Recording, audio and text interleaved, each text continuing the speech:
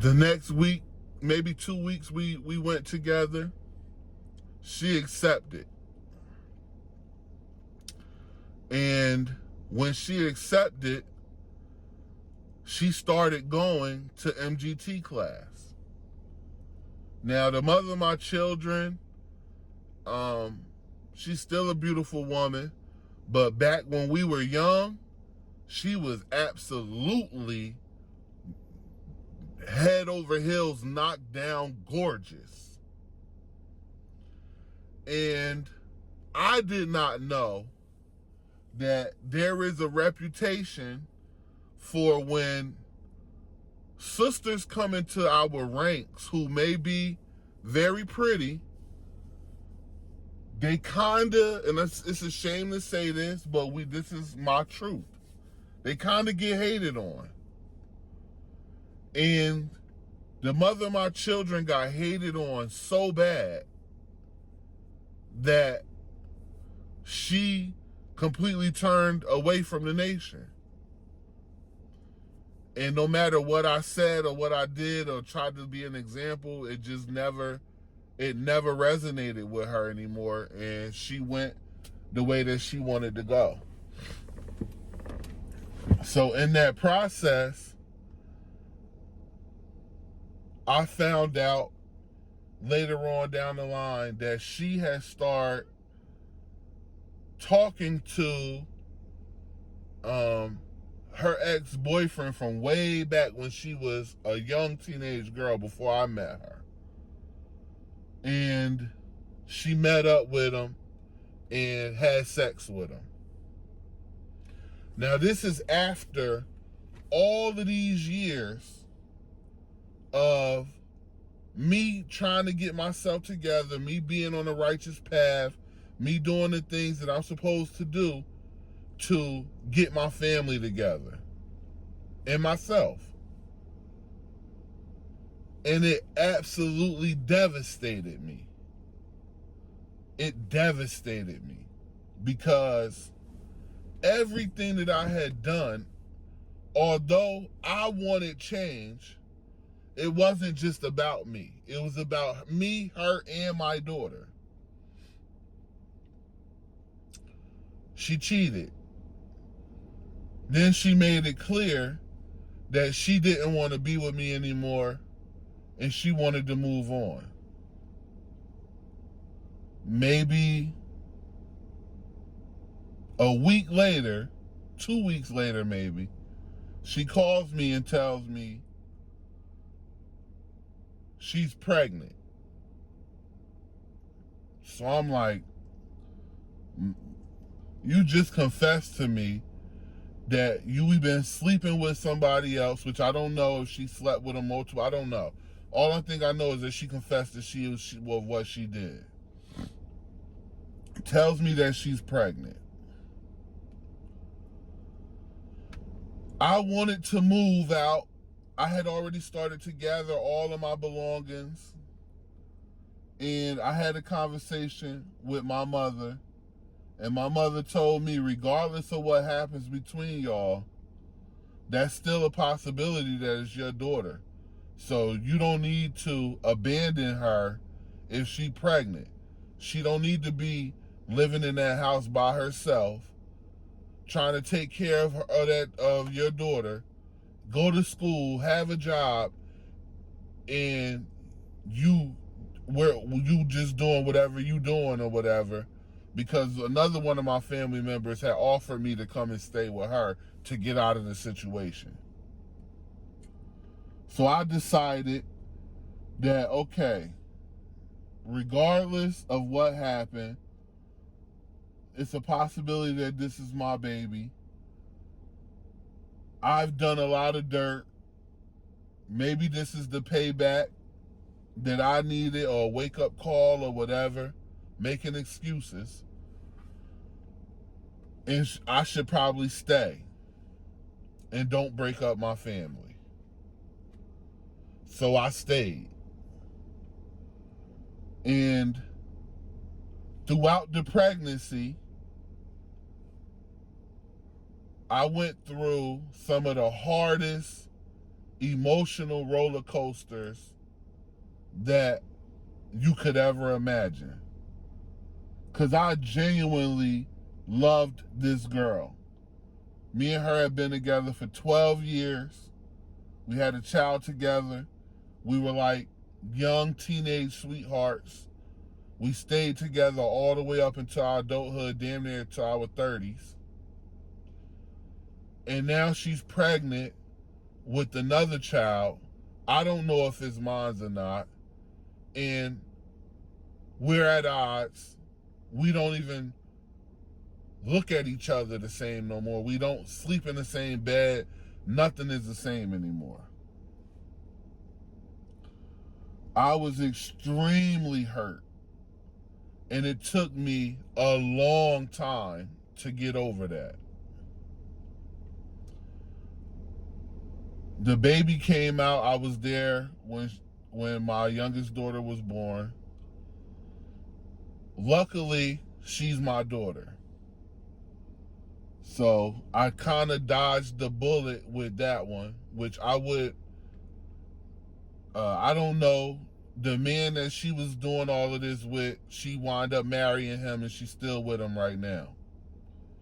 So I don't know if he would have been there for the child or whatever the case may be, but I had set my mind to, regardless if it's my daughter or not, I'm going to be there for the child, at least until she's old enough to understand that I'm not her father, her biological father.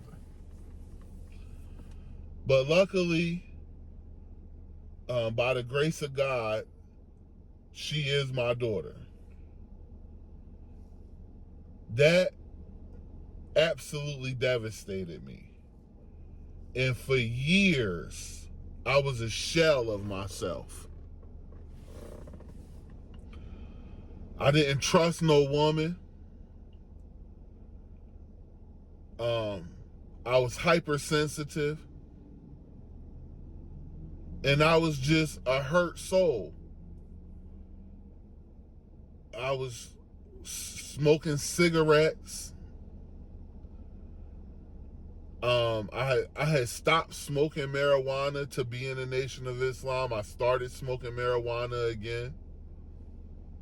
I started to doubt God. And what brought me back to reality is one day I had went to buy marijuana with my cousin, and the mother of my children was in the car. And we get pulled over, and I had a warrant for my arrest. And that day, I had said earlier that day, man, I ain't going to no Nation of Islam no more. They talking about God is love and all of this love, man. God don't love me. Why would he let this type of stuff happen to me? When he see me trying to change, he see me trying to do good. He see me changing my life. And this what God gonna do to me? For real? I don't believe in that God. And the day that I said that, and my mind was set that F all of this. I'm going right back to the nigga. I was better off being a nigga. I had friends being a nigga. I had popularity being a nigga. I had a nice car. I had jewelry. I had all of these things being a nigga. And when I thought all of those thoughts, and I decided that I was going to let the nation go and I'm going to go back to being a nigga, I found myself in jail that day. And I sat in a little bullpen in Camden County Jail for 24 hours. And an overwhelming thought kept coming into my mind saying that if you go back to that, this is where you're going to end up at. And I'm going to let it happen. I thought it. I don't know why I thought it, but it just kept coming back to my mind. If you go back to that, this is where you're going to end up at. So the next day, I was let out with a little court date. I had to pay a fine and all of that. Let out. I go back home, and the mother of my children tell me, I'm leaving. You can see your daughters whenever you want to see them. You know I never keep you from your children, all of that, but it's over between me and you. I left some stuff out because I don't want to tell how I found out that what she was doing. Just know that she confessed it to me because I found out what she was doing. Excuse me. That hurt me, man. It devastated me because I really loved that girl. Like, I loved her with every part of my soul. I never thought that me and her would ever be apart. I thought I had found my soulmate. And regardless of whatever we went through, we gonna rock it out and we gonna thug it out together, because this is my lion, my lioness, and I'm her lion. Because we both were Leos. We used to call each other's lions. Destroyed me. Tore my soul out. That I had to walk away from the woman that I loved in my family, my little girl, and a newborn baby. But it is what it is. I went full-fledged into the Nation of Islam. Every meeting, did the best that I can to pay charity. Out with the final call several days a week. I had the Superman cape on for the Nation of Islam. And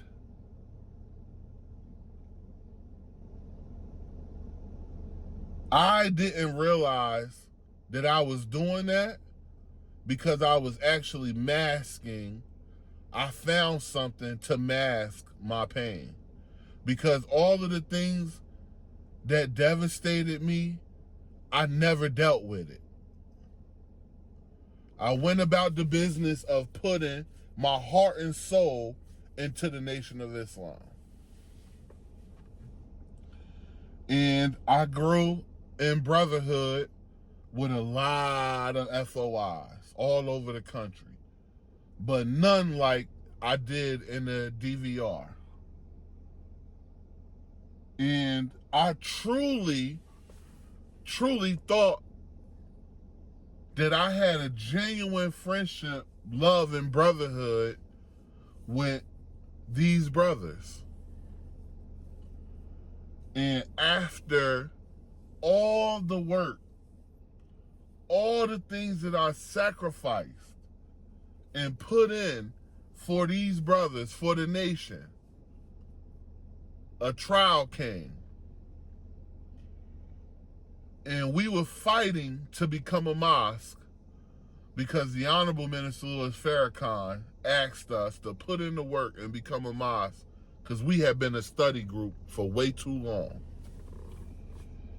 And a brother told me, brother, you have done so much over these years to help us to rise, to help us in popularity, to help us as a nation.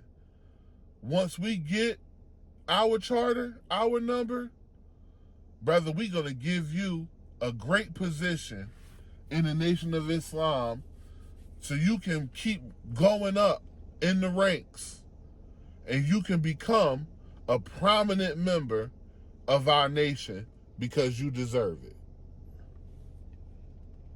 And I said, man, I didn't do all of this for nothing. I put my heart and soul into something in my life and it's working out for me. I was so in praise of the God. I was so happy. I'm going to be a lieutenant. I'm going to be a captain. I'm going to be a secretary. I'm going to be a minister. I'm going to be something in this to where I can help do this work in a way better way than what I've done, not knowing that what I was doing for the glory of Allah, and I was looking at it the wrong way. I wanted to be seen of men instead of being pleasing in the eyesight of Allah. And I became disappointed because when all of this happened and we got our number, I got looked over. And I felt a deep sense of betrayal. A deep sense of betrayal, not knowing that that was a trial for me, because Allah is the best knower. Allah want me to look back at myself and say, what are you doing this for? Are you doing this for me, or are you doing this to be seen of men? Was all of this work you done in vain? Excuse me, in vain? You've put in 10, 11, 12 years of straight cape on Superman Nation of Islam FOI work. And what did you do it for? Because you want to be pleasing to me and you want to help in my cause, or you want to be seen of men?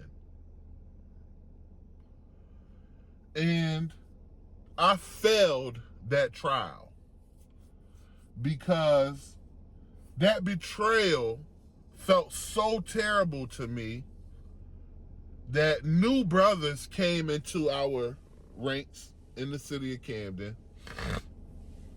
And those brothers, who I didn't know them, I didn't know their history, who they are, nothing. They got those positions over even the brothers that worked with me. Only maybe 2 brothers got put in those positions. Once you become a mosque, you get ranks and positions. And I felt betrayed, not just for me. I felt betrayed for the brothers who put in this work with me and they didn't get these positions. When we've been out here putting our feet to ground, sacrificing, fighting, getting spit on, get all kinds of taking plenty for the Nation of Islam. And we got looked over. I got looked over. And it hurt me again. I'm hurt all over again. I still hadn't learned how to deal with hurt. So I ran.